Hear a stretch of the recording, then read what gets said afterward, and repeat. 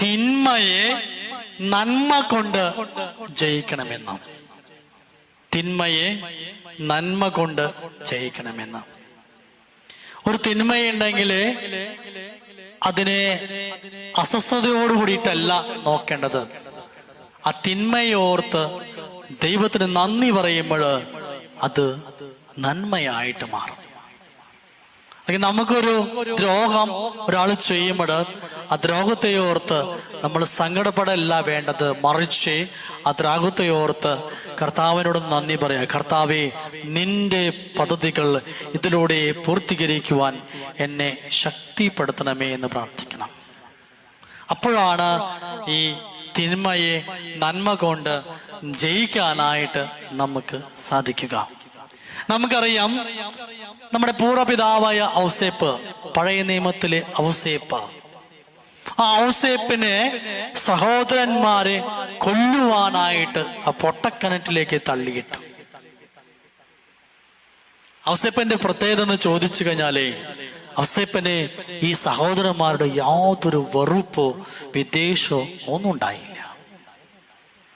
ആ പൊട്ടക്കെട്ടിൽ നിന്ന് കടന്നുകൊണ്ട് അപൂർവ ഔസേപ്പ് ദൈവത്തോട് നന്ദി പറഞ്ഞ് പ്രാർത്ഥിച്ചു.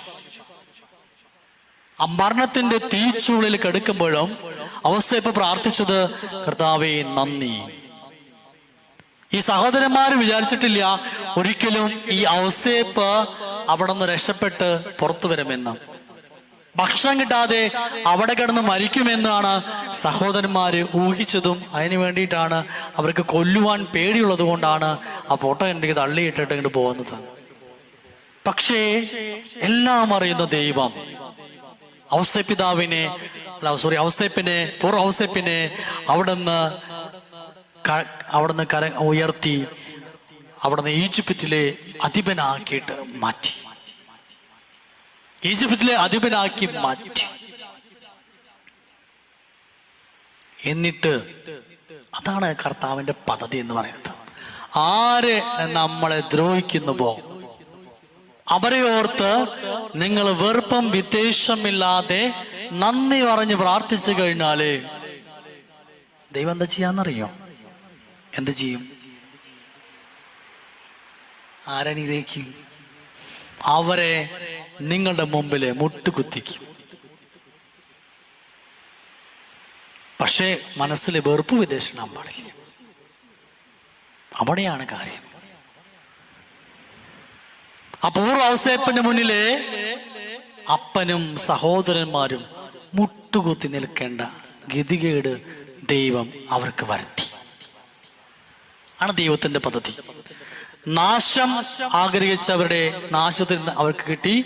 മറിച്ച് ആരെ നശിപ്പിക്കാൻ നോക്കിക്കോ അവരെ രക്ഷയായിട്ട് കടന്നു വന്നു.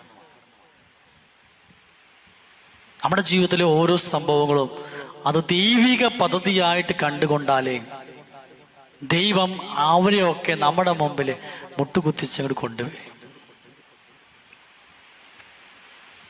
മുട്ടുകുത്തിച്ച് കൊണ്ടുവരും. വിദ്വേഷമില്ലാതെ ദൈവത്തോട് ആമേൻ പറഞ്ഞ് നന്ദി പറഞ്ഞ് ഈ അനുഭവത്തെക്കുറിച്ച്, ഈ സംഭവത്തെക്കുറിച്ച് ഞാൻ നന്ദി പറഞ്ഞ് പ്രാർത്ഥിക്കുന്നു. കർത്താവേ, ഇത് ദൈവത്തിന്റെ പദ്ധതിയാണെന്ന് മനസ്സിലാക്കിയിട്ട് ഔസേപ്പിനെ പോലെ അപ്പോഴാണ് ഈ തിന്മയെ നന്മ കൊണ്ട് ജയിക്കാനായിട്ട് നമുക്ക് സാധിക്കുക.